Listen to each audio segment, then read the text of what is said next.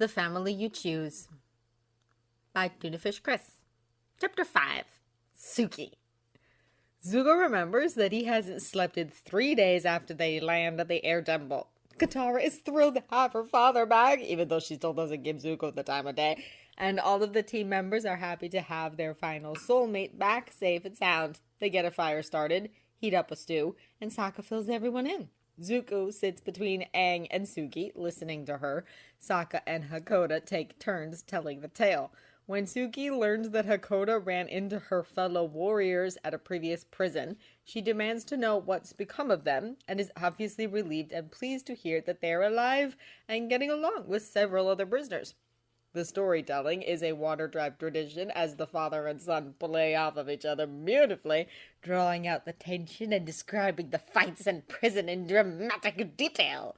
He remembers seeing similar scenes in cozy water tribe tents in the South Pole as Gran Bato and several others entertained children and adults alike with tales of fantasy and whimsy.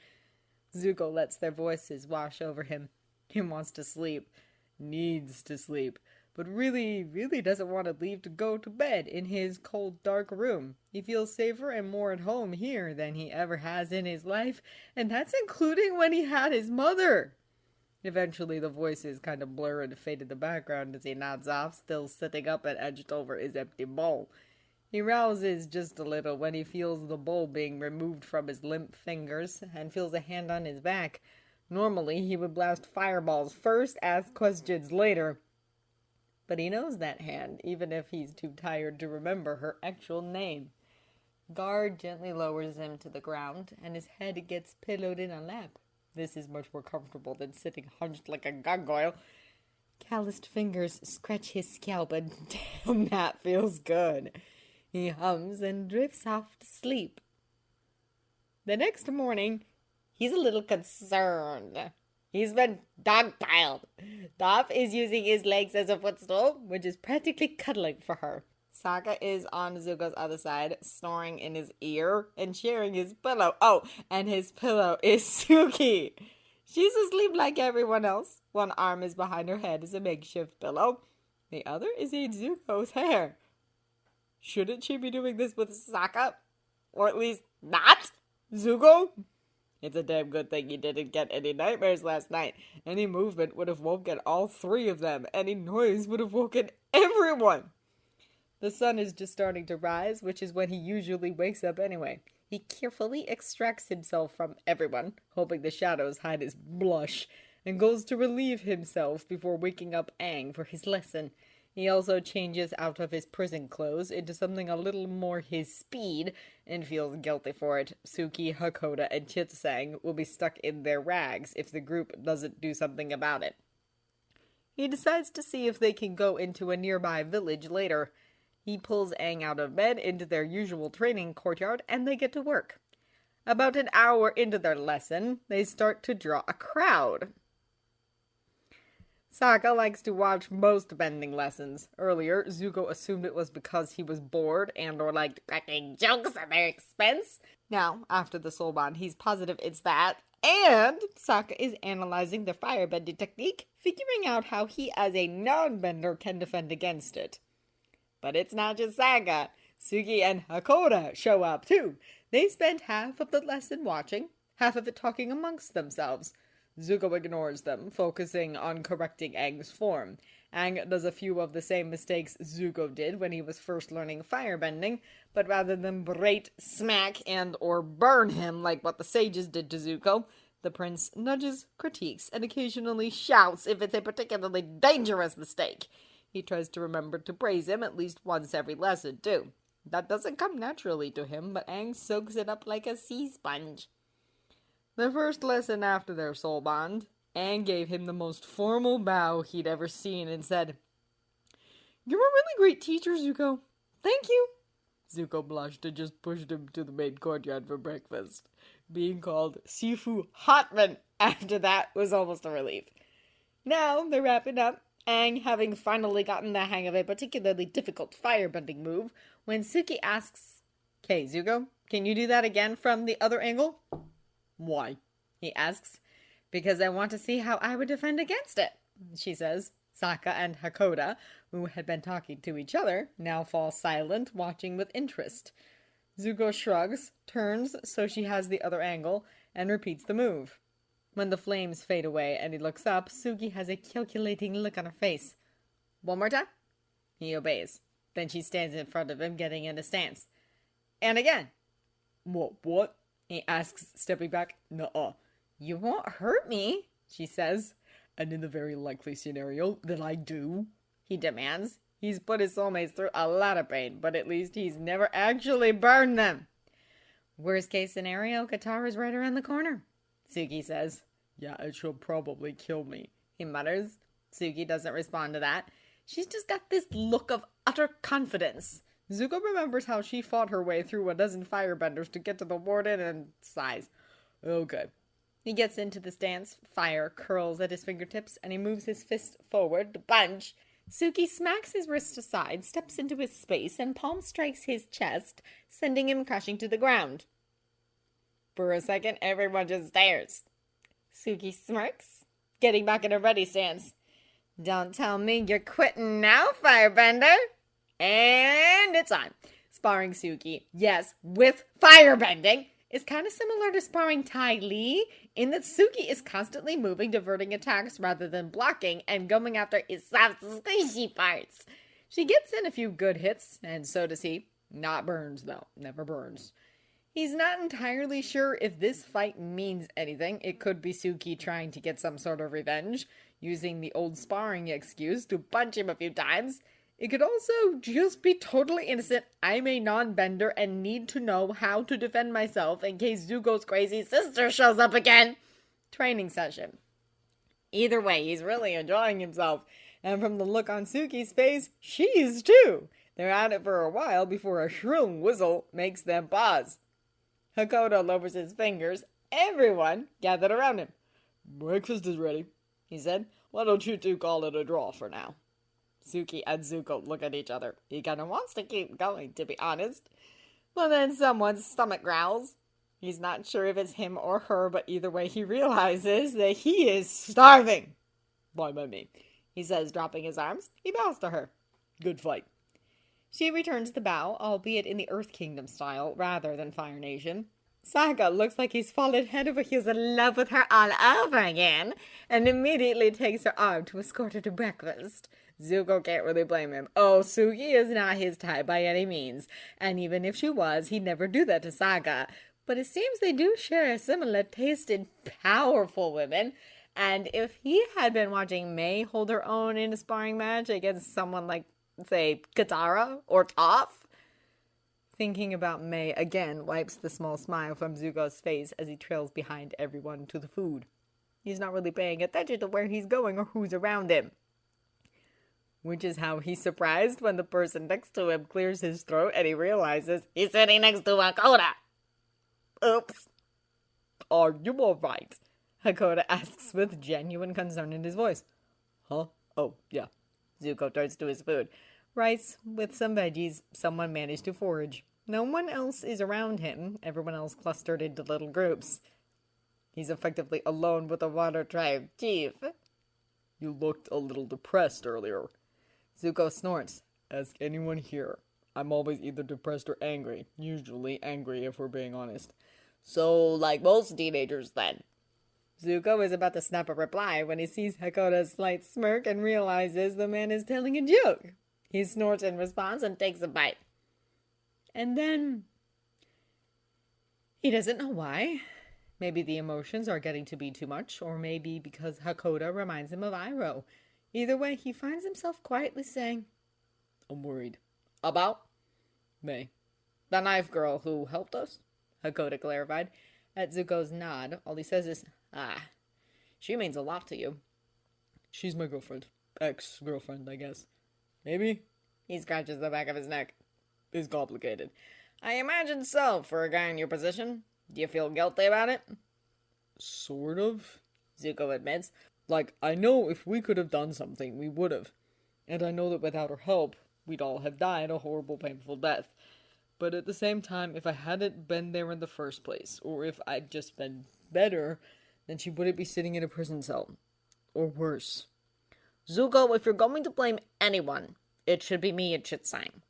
Hakoda says, we're the ones who were supposed to be watching the warden. No one's blaming you, Chief. Zuko says honestly. Maybe he blames Chitsang a little, but Hakoda, can you really fault the guy for being more concerned with the safety of his son than the security of a jerk? No one's blaming you either, Hakoda replies. Least of all me. I won't pretend that I know her, or even you to be honest, but she seems like an intelligent young woman. Since it's phrased as a question, Zuko nods. Then she knew what she was doing, he says, and I imagine if your positions had been reversed, you'd have done the same thing. Zuko nods again. He can't say he feels much better about May's predicament, but it is nice to know that someone else at least understands. Actually, out of all of them, Hakoda probably understands the best. The prison uniform is low enough that everyone can see his soul marks. The spear for Bato is vibrant and colorful, but the feather next to it is a faded gray. Dead. They are silent as they continue to eat. Katara starts taking dishes to wash them. Aang and Toph leave for their lesson. All the others clear out to explore the temple. Zuko and Hakoda are still eating, but as their bowls empty, Zuko sighs. So, you know I'm their soulmate. Yes, Hakoda says in a very neutral tone. And I know about the Water Tribe's views on soulmates. Okay, Zuko groans. I'm not good with debt or parental figures of any type, so I'm probably going to be avoiding you. No offense. Hakoda gives an understanding smile. All things considered, I can't imagine you have a good relationship with your father, or a good view of anyone even remotely like him. You are nothing like him. No? Hakoda starts counting off his fingers. Father of 2, father of at least 1 extraordinary bender, leader of a nation, trained in warfare, leading war efforts. That's similar enough for a lot of people. Have you burned your son's face for speaking out of turn? Zuko asks. Again, Hakoda has that look on his face, like someone is speaking a foreign language. His eyes dart to Zuko's scar before focusing more fully on his eyes. No? Then you're not similar. Trust me. Sokka and I did the soul bond on our way back, and if I'd seen you treat my soulmates half as badly as Ozai treated me, I'd have dropped you from the airship, no questions asked. A handful of dishes drop into water behind them, and Zuko realizes that, yep, that was within Katara's hearing. Before he has time to backpedal or run, Hakoda chuckles. Good. Kaya did the same thing with Bato's mother. Zuko tips his head. Huh? Bato's father died when he was very young. Hunting accident. He and Bato's mother were soulmates, pairs, not a trio like me or a sextet like you. She didn't take his death well at all and turned to drinking, and when she was drinking she got mean. Started taking it out on Bato since he'd been there, blamed the death on him. Never mind that he was 6.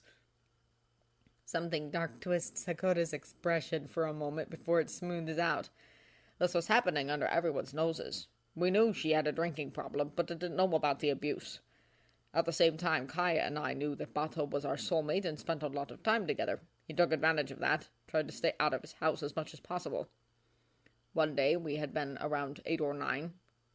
Kaya and I saw the bruises on Bato. He tried to play it off, but eventually we got him to tell us.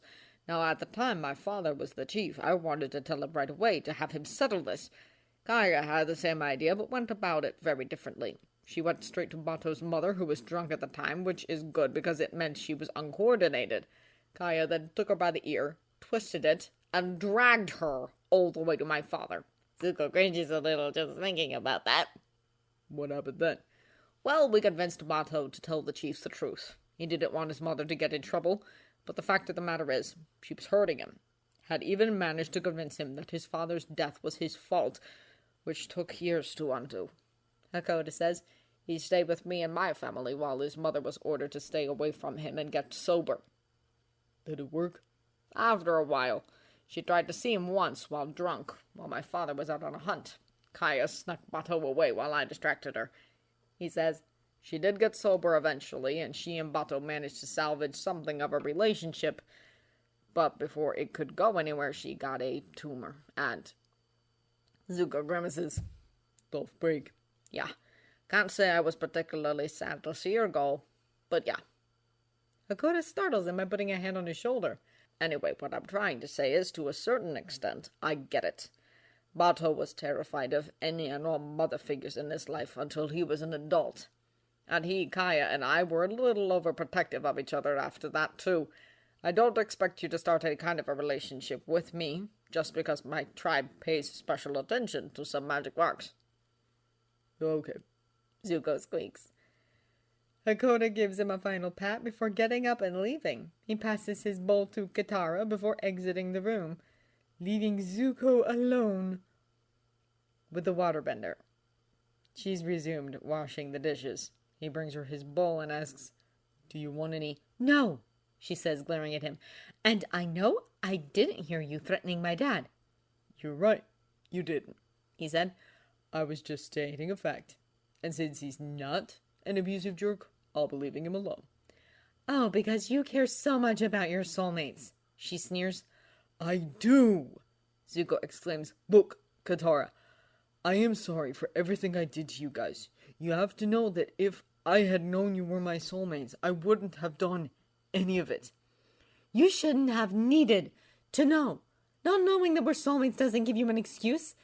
You still tried to capture Aang, the world's final hope for peace, and did spirits knows what in doing so," she says. He closes his eyes because that just hit the nail right on the head. "You're right. I'm sorry." "I don't care. Now get out of my face so I can get this done." He leaves her alone. Later that day, Zuko, Haru, and Aang go foraging for edibles in the surrounding forest. When they come back, they hear retching noises in one of the hallways. "Who's sick?" Aang asks as they round the corner. They find Suki and Sokka. Sokka's the one throwing up. Suki is patting his back with a tight, sympathetic smile on her face. "I warned you." "You did," he agrees miserably. "Man, trying to kiss you as a guard was not smart." No, it was not. Zuko sees their bleeding palms, puts two and two together, and steers Aang and Haru out of the hallway. "Not for us, guys." Before they're completely out of earshot, Zuko hears Sokka ask quietly, "Are you okay?" But he doesn't hear Suki's response. Later on, he stumbles upon Suki and Aang doing a soul bond. There's a flash of light coming from the palms, and the next instant, Aang is hugging her and crying. Zuko walks out of the room before they see him. He thinks he hears Aang mumbling, "Thank you," over and over again. The next morning goes quite similar to the first. Zuko and Aang do their lesson, though Zuko enlists Chit Tang's help so they can do a 2-on-1 scenario. Then Zuko and Suki spar. Then they have breakfast. Only after breakfast, Suki follows him out of the main room. "Hey," she says. "Hey." So this might be an awkward question, seeing as we don't really know each other all that well. But I was wondering if you're down for a soul bond? She asks. Zuko blinks in surprise. He thought he'd have to wait a while before Suki would want that with him. Maybe not as long as Katara.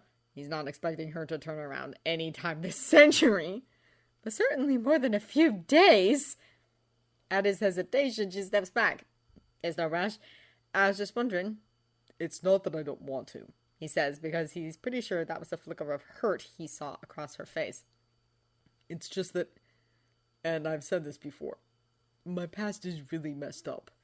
There are a lot of things in there that you're going to see that I don't want you to." "How bad are we talking about?"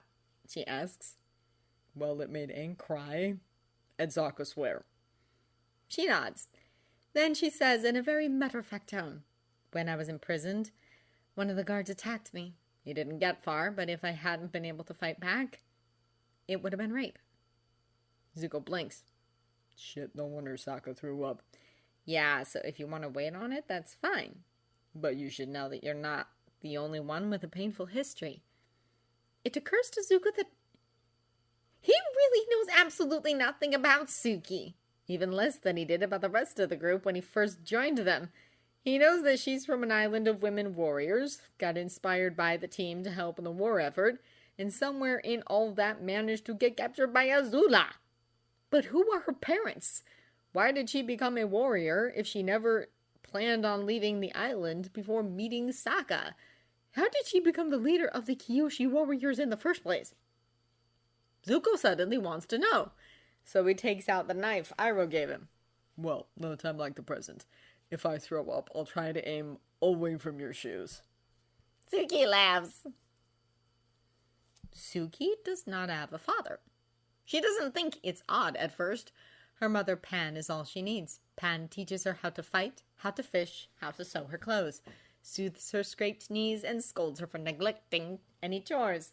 The usual. It's kind of extraordinary, actually, because she's really young. She was probably still a teenager when Suki was born. But there's no father, no man running the house while the woman hunts and defends the border, and eventually Suki asks, "Where's my dad?" Pan is washing the dishes and stops. After a minute, she resumes more slowly. "I don't know, probably on a boat somewhere." "Can I meet him?" Suki asks hopefully. "No."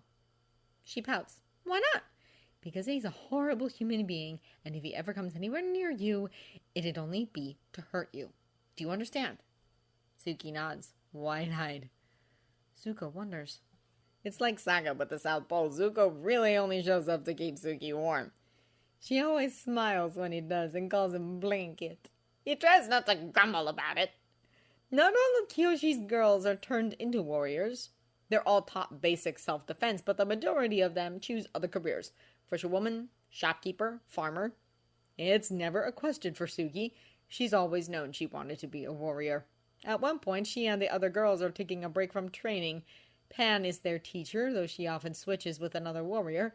Zuko notices that there are a lot of older women, anywhere from age 15 to 50, on this island who were not here when he attacked. It gives him a bad feeling. Suki sits with one of the older girls and notices a fresh scar on her arm, right under her soul mark. Suki winces. "I'm sorry about Jiang." The girl gives a watery sigh. "Yeah." Zuko later learns that Jiang was the girl's other soulmate, a fisherman who was lost at sea. The mark turned gray about a week before this exchange. It's a Kyoshi tradition to remove gray soul marks. "You have to keep looking forward," Pan explains to Suki when asked. "The past will only wear you down. Learn what lessons you must from it, and then move on. This is one of the greatest lessons of Kyoshi." Suki is 11 when she asks Pan, "Who is my father?" There's a thunderstorm. Everyone is staying inside. It's only the two of them, and they've just finished dinner. They're drinking tea now. Pan stares at the tea in her cup. "It's not a pretty story, Suki." Suki takes her mother's hand. "Please?" Pan sighs. "My father, your grandfather, was a merchant. I would go with him to the mainland, about a 3-day journey, to help him sell his wares. As I grew older and became better trained, I acted as a sort of bodyguard. Thought I was pretty hot stuff." She snorts, taking a sip of tea. "One day when I was 16, our boat got intercepted. Pirates. I tried to fight them off, but there were too many." She takes a shaky breath. "They killed my father, slit his throat, and tossed him overboard. But as for me, well, they thought I was too pretty for that, and had something else in mind. I don't know who your father is. There were 6 of them. When they were done using me, they robbed the boat of any and all remaining coin and goods, and then left. 9 months later, you were born." Suki is pasty white when her mother is done. Pan sips her tea like nothing ever happened. Zuko feels sick to his stomach and has no idea what to do. "Do you hate me?" Suki whispers. Pan almost chokes. She sets her teacup down and pulls Suki closer. "I love you," she says fiercely. "I regret the circumstances of your birth. And if I ever see those bastards again, I will castrate them and feed them to the Unagi. But I will never regret having you." Zuko breathes a sigh of relief as the two hug. Suki is 12 when she loses her mother. It's not a fight that does it. Not the Fire Nation, not pirates, not the Unagi. It's a plague. It wipes out half the island. At the first signs, the strongest villagers make a temporary village on the other side of the island and send the weakest there. The children, nursing mothers, and the elderly. They're given strict orders not to come back until a messenger arrives declaring the village safe. Pan asks Suki to look after the other children before leaving. It works. Unfortunately, by the time the plague passes, almost all of the strongest villagers are gone. The Kyoshi warriors are practically annihilated, including Pan. Suki is a wreck. Zuko feels his other soulmates there when he tries to comfort her, but there's nothing they can do. The village struggles to rebuild. Suki and several other orphans sleep in the main house while everyone else works to ready for winter. And then one day, a few minutes later, Suki just snaps out of it. It happens when she has to go through Pan's things, figure out what to keep, what to scrap, what to give away. She finds her mother's weapons. She examines a bladed fan for a long moment. Then she gets a brush and some ink. When she pulls up her pants leg, Zuko can see her line of soul marks. On the other side of the marks, Suki writes her mother's name in beautiful, elegant script. She watches the ink dry. Then she scrapes off the ink with the fan, taking a bit of skin with it. After a quick bandage, Suki gathers up her mother's weapons and uniform and throws away everything else. Suki returns to training with a vengeance. 2 adult warriors survive long enough to impart their skills to her before also passing away, one to drowning and another to old age. Suki is elected commander. She trains other girls, amassing a total force of 9 warriors. Her closest friends are Lin, a sharp-sighted girl with inky hair who acts as second-in-command, Sen, who's best at first aid, and Lu Men, who spent a lot of time before the plague in the village jail for stealing and pickpocketing. It seemed the plague triggered a change of heart in her. Their first real test comes a year after the plague. Pirates! Apparently they heard about the island's weakened state and decided it was ripe for plundering. Lin spots them coming, and Suki gets everyone ready. The warriors go into the woods, climbing high into the trees directly above the path the pirates have to take to get to the village. The men are laughing, weapons casually slung over their shoulders. I hope they have pigs. I haven't had good pork in ages. You think we'll get enough silver to finally get to the sail? I'm hoping for some pretty girls that... Suki gives the signal. The Kyoshi warriors descend on the pirates like avenging spirits. The first few seconds are complete chaos as the pirates stumble into the ambush. Zuko watches Suki carefully as she disarms and knocks unconscious her first victim. Then the pirates start fighting back. Their numbers are slightly less than the warriors at this point, so it's an even fight. Zuko warns Suki of incoming danger as someone behind her swings a sword at her back. She blocks with a fan and hits back. It's sloppy, but effective. After only a minute of fighting, the pirates decide it's not worth it. They came here for easy prey, not a fight. They quickly retreat. Suki watches them leave with narrowed eyes, then returns to her people. When Aang, Katara, and Sokka shows up, Suki doesn't say a word. The warriors give her odd looks. A village this small, everyone knows everyone's soul marks, and it's pretty obvious that the 3 newcomers are Suki's. The trio also latch onto the fans and are not so subtly asking around. But she doesn't tell them, and everyone follows her lead. Suki and the warriors are putting on their makeup and outfits in the guardhouse when Lu Men casually asks, "So are you not saying anything because the boomerang guy is a raging sexist? Or is it something else?" Suki glares at her. Lu Men meets it with a raised eyebrow. Everyone else does a horrible job of pretending not to eavesdrop. The Avatar and his friends are going to the North Pole to learn waterbending, Suki says at length. What do you think they'll do if I reveal myself to them? Lin gets it first. They'd ask you to come with, and you think you should stay here. The island is my home. You are my people, Suki says, snapping her makeup kit closed. Soulmates or not, my primary responsibility will always be the safety and protection of this island. And yes, the fact that that idiot is a raging sexist makes my decision a lot easier. The girls giggle and leave it alone. Except Lin, who whispers, "You'll have to tell them eventually." Suki nods. After the war, Sokka throws Suki in for a loop by humbling himself, asking her to teach him. Suki hesitates. Zuko nudges her forward. She makes an annoyed face, but she does it. And yes, Zuko will cherish the image of Sokka in a dress for the rest of his life. After Aang leaves and the village starts repairing the damage from Zuko's fire, Suki is deep in thought. There were no deaths, for which Zuko is greatly relieved, and only minor injuries. Suki sprained her wrist, though, and Sen is the one who tends to it. "What's on your mind, boss?" Sen asks. "Something stupid?" "Do tell." Suki looks out the window toward the ocean. "Kyoshi has stayed out of the war for 100 years. And I'm starting to think that was a really selfish decision." Sen pauses in wrapping Suki's wrist. "You think we should join the fight?" "I think we should do something. Aang is 12! And he's risking his life to end the war. He's the Avatar. It's his job." "So you're saying because someone has power, they're responsible for the betterment of others?" Suki asks. Sen thinks about it, then nods. "Basically, yeah. If you can help someone, you should." "And what does that say about us?" "We've had the ability to help for 100 years. And we've done nothing."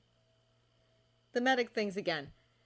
"I think that either choice is correct. Kyoshi is not the way it used to be. Maybe a few years ago when we had our warriors, it'd be a simpler answer. Right now, though, staying put to protect what we have is a good choice. The 9 of us are the only thing protecting our people." Suki hums, still looking at the sea. Sen finishes wrapping Suki's wrist. "Having said that, if the Fire Nation ever decided to turn their eyes this way, 9 girls won't make a lick of difference. Going out into the world to do some good is also a good choice." Suki tears her eyes away from the window to stare at Sen. The medic is smiling at her. "You do what you think is best, boss. The rest of us, we trust you. We'll follow you to the end." Suki's decision to leave is met with hesitation, then widespread support. All the other Kyoshi warriors volunteer to go with her. They take a boat and head for the Earth Kingdom mainland. "So what exactly is the plan?" Lin asks. "Make our way to Ba Sing Se," Suki says. "That's where most of the fighting is happening, and where we'll be most needed. We'll offer our services to the Earth King." Lin nods. "Fair enough. I'll tell Lu Men to keep her hands off of anything shiny." They don't make it to the Earth King. A few weeks into the trip, they find a bunch of firebenders burning a village to the ground. Several of the firebenders go after the helpless villagers trying to escape. Suki and the others attack. It's a vicious fight that lasts well over an hour, the smoke and fire getting in everyone's way. But eventually, the firebenders flee. The villagers had gone to a nearby lake away from the fire. Suki and the others are covered head to foot in soot, and several of them are sporting burns and injuries. Sen has her hands full. Suki talks to the village leader. They decide to go to Ba Sing Se. The Kyoshi warriors agree to act as escort in a heartbeat. They get to Full Moon Bay relatively easily. Some of the warriors are teaching the younger villagers, especially the girls, the basics of fighting. A cranky old woman demands passports and tickets. Suki explains the situation, and they manage to get said passports and tickets for the villagers. The old woman then enlists the warriors as her personal guard. "We've had half a dozen Fire Nation scouts trying to sniff the place out in the last month," she snarls, flicking away some paperwork. "What few guards I have here are barely worth their weight in platypus bit dung. You want to do your part? Help me keep this place safe and civil." Suki takes her proposition to the others, and after a bit of debate, they agree to stay. Suki? Suki stretches her arms over her head. It's been a long day at work. "Yeah?" Lin points to a group of kids at the end of the line. Suki blinks, then grins. "Cover my shift, would you?" And she goes to greet her soulmates. "The serpent's pass!" she almost shrieks. "For real!" Lin, who reported the rumor mill, nods. "Apparently the madame won't let them give away their tickets, and so the sweet idyllic family cannot fend for themselves. So obviously the Avatar's escorting them." Suki sighs, rubbing her eyes.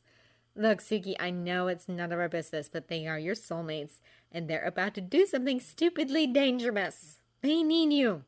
"You need me," Suki counters. Lin smiles. "We can handle ourselves for a few days. Go to your soulmates, Suki, if they have any sense to understand where you're coming from, and won't push you to do anything you don't want to." Suki looks at the cave of refugees and warriors. Then she rushes to get ready. Sokka acts stupidly overprotective, and it's clearly getting on Suki's nerves. It's getting on Zuko's nerves, too! But then Sokka asks, "So, Suki, me and the others were talking, and, we kind of have this soulmark that looks like a bit of a fan." Suki huffs. "Yep, that's me." Katara freezes, forcing Toph to bump into her. "What? Why didn't you tell us?" Sokka wails. "Because you have your destiny, and I have mine." Suki says, "You guys have to save the world. I had to make sure my village was safe." Toph smirks. "And yet, here you are." Suki blushes and resumes walking. When they finally do get through, and the baby is safely delivered, the soulmates gather round. Suki and Sokka have already had their moment, and Zuko gags at the lovey-dovey expressions the two keep sharing. That is until Suki says, "I'm heading back. You guys stay safe, okay?" The others hesitate. Toph's the one who asks, "Now, Soulmate?" Suki shakes her head. "Not yet. Which means you all have to stay alive and in one piece until we meet again." Katara pulls him into a hug. "We're proud of you, Suki. I know you feel torn up about it, but people like you are the reason we keep fighting." Suki smiles and hugs back. When they pull apart, there's some discreet tear wiping. "I'll keep an eye out for our six," Suki promises over her shoulder. "Say hi to Appa for me." Despite all odds, Suki gets back to the bay in one piece, though not without narrowly avoiding another attack by the sea monster. The other warriors have decided they've had enough of their crabby boss and agreed to move on. Their work as guards has earned them all a bit of a paycheck, and they pool their money to spend it on weapon upgrades, shields and swords. No, it couldn't be. Zuko's jaw drops as Suki follows the trail of bison fur through the forest up a steep hill to Appa? She gasps. "Oh no!" Watching the exchange, Zuko feels sick. He's not particularly close to Appa, certainly not as close as the others are, but he cares about the bison. Seeing him now, wounded, dirty, chained, makes it want to rage and scream and set something on fire! It's a good thing Suki isn't him. That reaction would not go over well. She collects her warriors, and they coax Appa out of the cave. Lumen picks the locks. Sen carefully plucks out the quills. Lin scouts out and finds a pond for them to give him a bath. After a few hours, Appa is clean, dechained, and happy. Even Zuko is smiling. "So what now?" Lin asks. "Now we're getting back to Aang," Suki says, running a hand through Appa's fur. "They're on their way to Ba Sing Se, so that's where we need to go." Sen puts her hands on her hips, studying the bison with a critical eye. "I don't think we're all going to fit without a saddle." "We won't, but I can do it myself," Suki says. "We'll take him back to town first, give him a proper meal, and find some rope for the reins. Then tomorrow morning I'll ride into—" Appa stiffens. All the warriors hear it and immediately pull out fans and shields. Azula, May, and Tai Li burst out of the trees. "Mama, you're easy to find." As good as they are, the Kyoshi warriors cannot defeat the trio on their own. With Appa's help, well, possible, maybe, a fraction of a chance. Zuko might have rolled with those odds, but Suki does not. And when she realizes Appa is afraid to fire, she doesn't hesitate to pick up the burning branch. "You have to find Aang!" she orders. "We'll be okay!" Appa hesitates, his sense of loyalty clashing with his fear of fire. The fear wins, and Suki smiles as he flies off. Zuko smacks her arm to warn her of Azula's approach. She raises her shield just in time to catch a fire blast and pulls out another fan. By now, almost all of her warriors are down. She blocked by Tai Li, or pinned down by May. Lin is the only one still standing, blocking knives with her shield and fending off Tai Li with a sword. Suki takes on Azula and almost wins! She manages to slam her shield into Azula's side, knocking the girl off balance, and then presses her advantage. Her bladed fan is aimed right at the princess's face, and Azula barely ducks out of the way. A thin line of blood appears on her cheek. Azula's eyes burn with fury, and Suki smirks. In the end, it's not Azula who takes Suki down, it's Tai Li. May finally manages to bend Lin, and when she does, Tai Li flips over to Suki. Too fast for the warrior to block, Tai Li jabs her in her chi points, and the warrior drops. Azula only asks them one question. Where is the avatar? The chi blocking hasn't worn off yet, even so Suki manages to look confident and imposing when she answers, the safest place in the world. May sighs. Azula's eyes narrow in frustration. The girls are all taken to a nearby Fire Nation prison. Their vibrant green uniforms are removed, replaced with bland prison clothing. Suki scans the line of guards and mass of prisoners. Keep your eyes open, ladies. See if you can sniff out any weak points. They do. But before they can report back to Suki, one of the guards tell her, don't get comfortable. You're being transferred tomorrow. What? Suki demands. Why? You're the leader. Princess Azula specifically asked that you be taken to the Boiling Rock. When the others hear this, Lu Men's face blanches. I've heard of that. It's the highest security prison in the Fire Nation. Suki sighs. Guess I better consider that a compliment. How are we on the prison break? We might have an opening during the eclipse, Sen says. But this place is locked down tight. They're not taking any chances. Are any of you getting transferred? They shake their heads. Good. Lin, you're in charge. The rest of you stay together. Look after the other prisoners here. Lin scoffs. Most of them are Fire Nation. Avatar Aang is trying to end this war, Suki says. The whole point of us fighting with him is to bring balance to the world. We can't do that if we keep treating everyone with Fire Nation blood as the villain. We have to show them what it means to act with honor and integrity. Understand? They nod. The day of the transfer, Suki is chained at the wrists and ankles and walks with her head held high into the bowels of a ship that takes her to the Boiling Rock. During the transfer, she's patted down for weapons.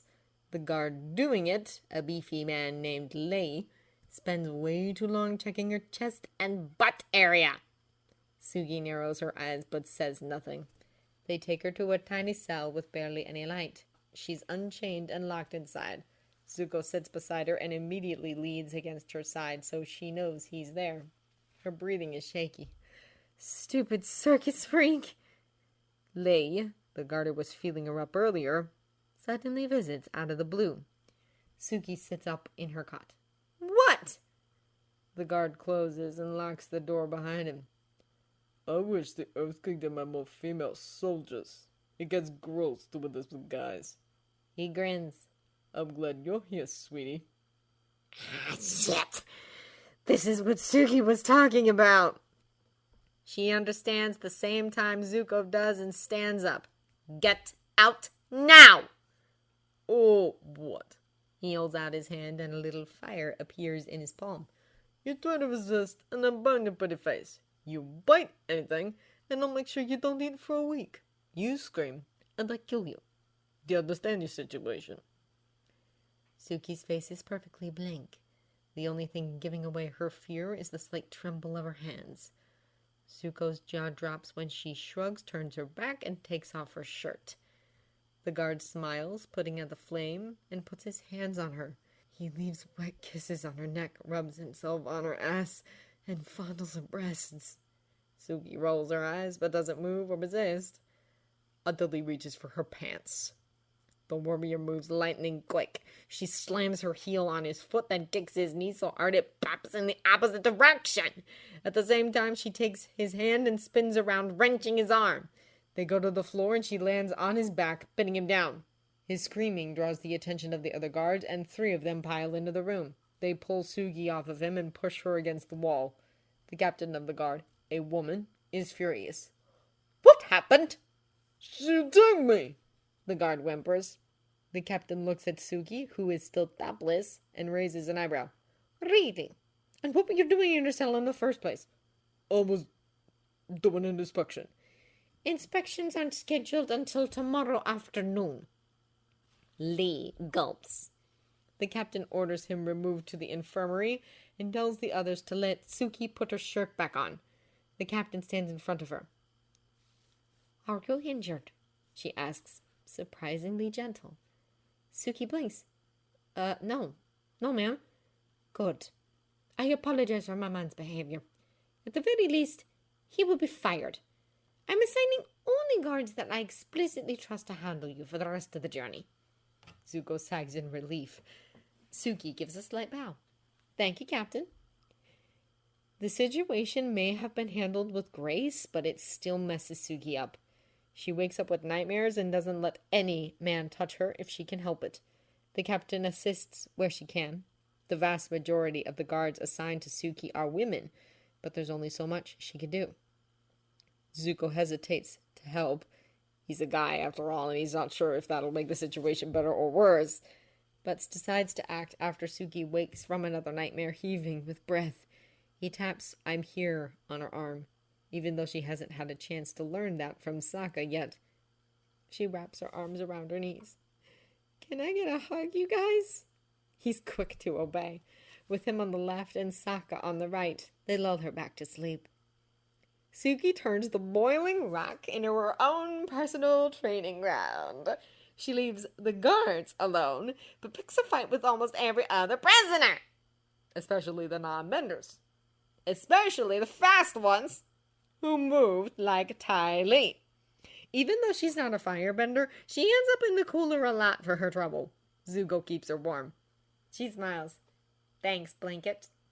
It's an unassuming day at the Boiling Rock when Suki suddenly gasps.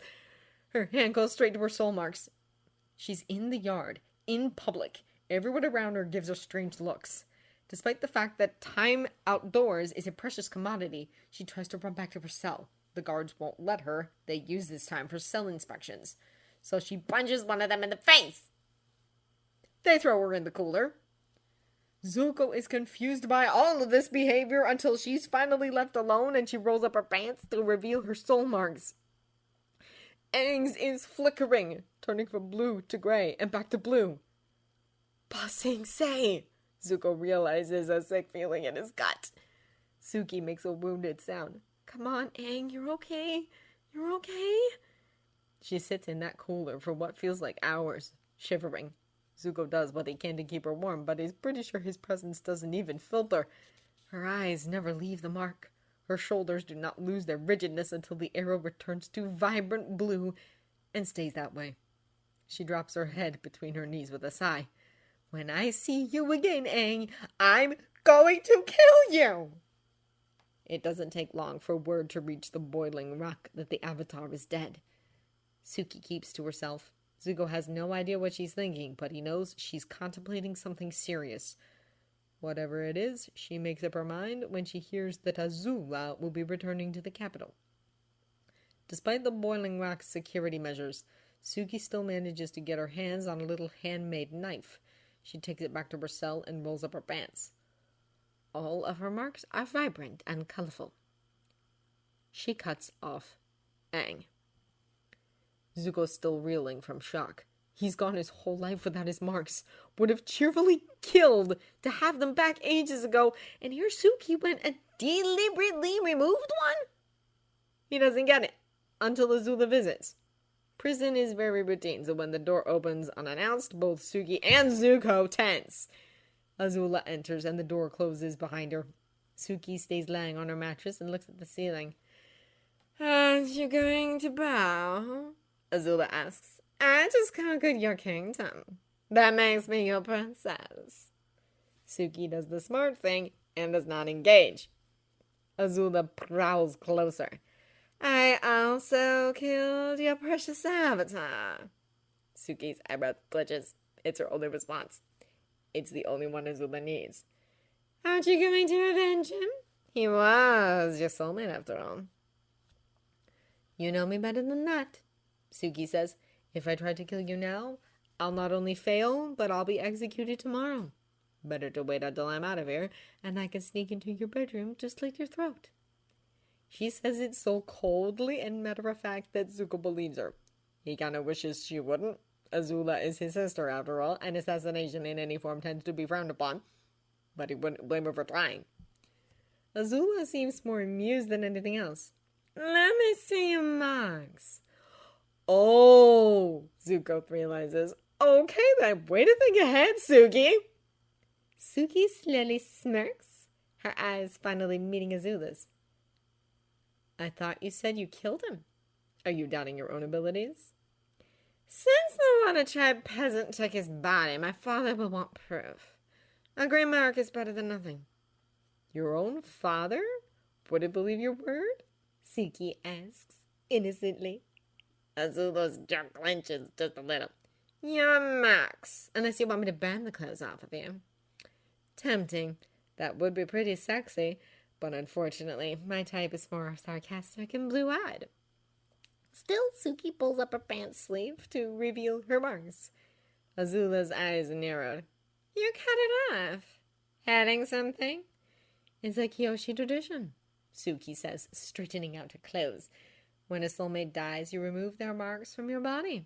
And I thought I was considered heartless. Kyoshi believed that strength lies in looking forward, not back, Suki says, and sometimes putting the past behind you is painful. Aang is dead. He's not coming back. Only that's not entirely true. He's the Avatar. He'll show up again in the Water Tribe, won't he? And you'll have to go through the trouble of finding him and tracking him down. Without a comet deadline, he'll have all the time in the world to master the elements. Suki licks Azula up and down. Maybe I won't kill you. I think the next Avatar would like that pleasure for themselves. I killed this one, Azula says. Who's to say I can't kill another? You killed a 12-year-old child, Suki snaps. And I'm a 14-year-old teenager. Imagine what I'll be at my prime when the Avatar comes again. Azula knocks twice on the door, signaling to be let out. I'll be back soon, Suki. I'd love to hear about your other soulmates. Azula does come back. Once every few days, she and Suki have a verbal sparring match. It's hard to tell if the princess is trying to get more information out of Suki or if she's just trying to break her spirit. Probably both. Sometimes Suki checks out, spending the time meditating. She gets very good at schooling her expressions, so no emotions pass her face. Other times, she replies to Azula's barbed-wired words with some of her own. I heard you got attacked by one of the guards en route. Maybe I'll have him transferred here. I'm sure he'd love to say hello. Suki doesn't respond to that one. She hides her trembling fingers behind her head as she looks at the ceiling, meditating while Azula talks. Azula threatens her village, asking, Where was it you said you were from? Kyoshi Island. I think I'll visit one of these days. I'm sure whatever buildings you have can be greatly improved with a bit of heat. Watch out for the unagi, Suki responds. Part of the reason we stayed out of the war for so long is because it keeps attacking your ships. All the spicy food you eat must make you especially tasty. Another time, Azula says, I wonder how well your precious Saga's doing. Probably stuffing in a ditch somewhere. Won't be long before that little boomerang on your leg turns grey. Well, when it does, do me a favor and get me a knife, would you? Suki responds, I'll carve out that flesh and even send it to you wrapped in a bow. You can give it to your father and maybe he'll pat you on the head like the little bitch you are. She gets slapped for that one. Her response is a smile. Zuko is amazed! He grew up with Azula with her taunts and cruel words. The best he could ever hope for was a tie when they argued. Most of the time, she left him feeling stupid and hurt. But for Suki, the worst she'll get is a little frustrated and a lot exhausted. Sometimes Azula will be the one to leave in a huff, only to come back a few days later. It takes Zuko a while to get it. Azula needs this. Suki is the closest she's come to an intellectual equal in ever. May and Tylee are her friends to a certain extent, but they're too afraid of her to defy her. Suki is constantly challenging her, and Azula needs that. The whole thing leaves him in awe of Suki, and with nothing but pity for Azula. Azula only ever gets truly violent once, and it's during her last visit to Suki, 2 days before the invasion. Your boyfriend is leading an attack on the capital soon, she says offhandedly. I was thinking of stringing you up over the gates by a rope around your neck, let him watch you strangle to death, and maybe dress you in Fire Nation armor and put you on the front lines. Suki smiles. You're not going to put me in Fire Nation colors. Ah? Why not? Because I'd look better than you. And then I would escape, and even if the invasion plan fails, you'll have to explain to Daddy Dearest why you failed to keep me in line. She emphasizes that word, fail, and Zuko knows she's figured Azula out. That in all the time Azula has been frowning at her, trying to learn what makes her tick, Suki has been doing the exact same thing. I fail, Azula says carefully. I never do that. You failed to kill Aang. Azula raises her eyebrows. So you admit it then? The Avatar's alive. We're both smarter than that, Suki says. She swings her legs around the bed so she's facing Azula head on. Why else would you come here that day? If you had truly believed that you'd killed him, there would be no need. I wouldn't be so glib with giving that kind of information to the enemy. You won't do anything with it. Azula chuckles. And why not? Because you'd have to admit to failure, that you weren't good enough to kill the Avatar. I tells everyone my brother killed the Avatar, Azula says. Would they believe you, though? Suki asks. Regardless of who claims to kill him, you've said that he's dead. You were there. You did everything in your power to confirm it. Despite your best efforts, he survived enough to gather an invasion on the homeland. How's your father going to react to your carelessness? The invasion plan is doomed. We've been preparing for months. But will it be enough? Do you truly 100% believe that your father can defeat the Avatar during an eclipse? You're not the only one who's been preparing. And even if the invasion fails, Aang would probably slip through your fingers again. And then what? You explain to your father why you failed. Again? To capture a 12-year-old child. You'd be just as pathetic as your brother. Azula grabs Suki by the collar of her shirt and slams her against the wall. I am nothing like him, she snaps. I am better than him in every way. Suki raises an eyebrow. Careful, Azula. You're acting very unlike a princess. Azula steams. Suki's face is neutral. Zuko holds his breath. Azula leans in closer. When this is over, I'm going to gather the heads of all of your soulmates and use them to decorate your cell. Suki smiles. I'll enjoy watching you try. Zuko blinks and he's back at the present. At first, they're not entirely sure what to do with each other. Suki huffs and says, I should have killed that bitch! He rolls his eyes. You're not the only one to lose a fight to Azula. But you are the only one I know who's made her bleed. She breathes. Want to spar? Love to.